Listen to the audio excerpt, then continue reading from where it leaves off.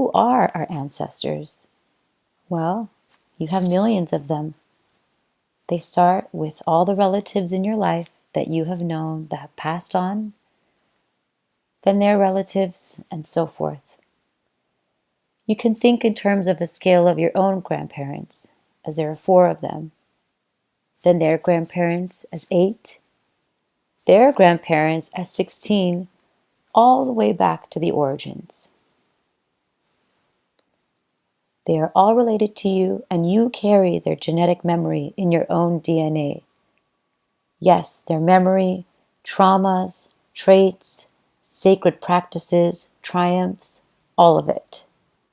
Their spirits are part of the making of you, and they are forever connected deeply to their sacred indigenous lands. In my case, for instance, and for many of you, my ancestors are connected to the native Armenian highlands, and we can all call them in to activate their help and guidance. If you personally have many different ancestral origins, you could pull from any of your ancestors and connect with any one of your locations of origins. Do what you feel comfortable with. To carry the legacy of your ancestors, you must start by connecting with them, letting them guide you, empower you, and help facilitate relieving and healing trauma. When you heal yourself with the connection and intention of working with the ancestors, you heal generations back and forward too. Think of it this way. Your grandmother, with your mother in her womb, was carrying you, in a sense, as the fetus in the womb has already developed most of their eggs. Just think about that for a moment. Now, you definitely want to set up an altar. How do you do that? When you find a sacred space in your room or an area that is safe for you, you could start by filling it up with photos of ancestors and or objects that represent them and represent you too. Make sure to have all the elements present. A bowl of water, earthly objects such as stones, herbs, candles for fire, and keep an open window nearby. Your voice and movement will bring air. Add objects that represent Armenia and Artsakh. I recommend to print out or draw a map as well. Inside the map, you can write words you want to draw into the area. Some examples are protection, victory, healing, love, peace, etc. If it's in Armenian, that's great too. Let your heart guide you in what to write. Drawing in Armenian symbols and having Armenian symbols around is a huge bonus. And an even bigger bonus is to use an Armenian rug with its sacred geometrical patterns and magical energy it carries. Seasonal fruits, plants, and food offerings are also encouraged. You can always leave a glass of wine or a cup of coffee, whatever you like to offer to your ancestors that they would like, as if you're setting a table for them, but you're setting up an altar. Even better. Overall, you can put on some sacred music to set the mood, light candles, burn frankincense or hung, just like they used to.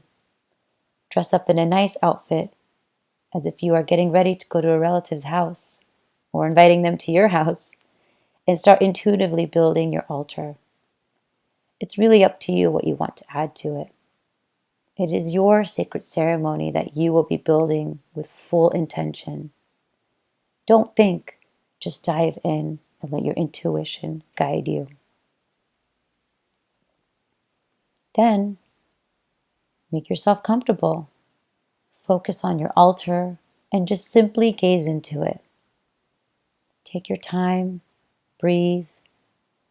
Keep a notebook beside you in case you want to write messages to leave it at the altar, or messages that come through that you want to keep. You could write the names of your ancestors as well. If you don't know their names, just address them as your sacred and honorable ancestors. Start calling them in, invite them to your space, talk to them, give them compliments, tell them that you have inherited many traits from them, such as your strength, maybe your good looks. Connect. Make jokes, ask them questions, connect. Pray to them, pray with them, pray for them, and connect. Just know that they are in your presence and you will feel them in your blood. You are an extension of them and vice versa through your DNA and lineage. Stay calm. They are warriors, as are you.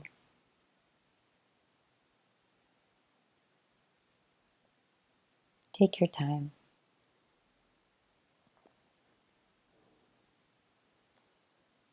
I personally love to call in our great mother goddess Anahit or Arubani.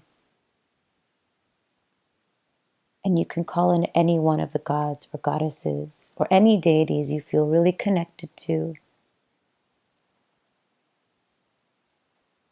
Call them in. Many of you call in the light and humility of Christ, and that's okay. If that's what you want to do, go for it. There are no major rules here, just spirit, love, healing, and intense energy that we want to direct back to you and empower you and our people and lands for help and continued philanthropy.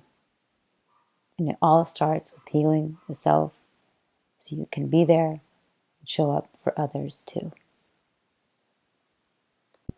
And just know that connecting with your ancestors will be very instrumental to your own development, physically, mentally, emotionally, spiritually. It's what they want for you.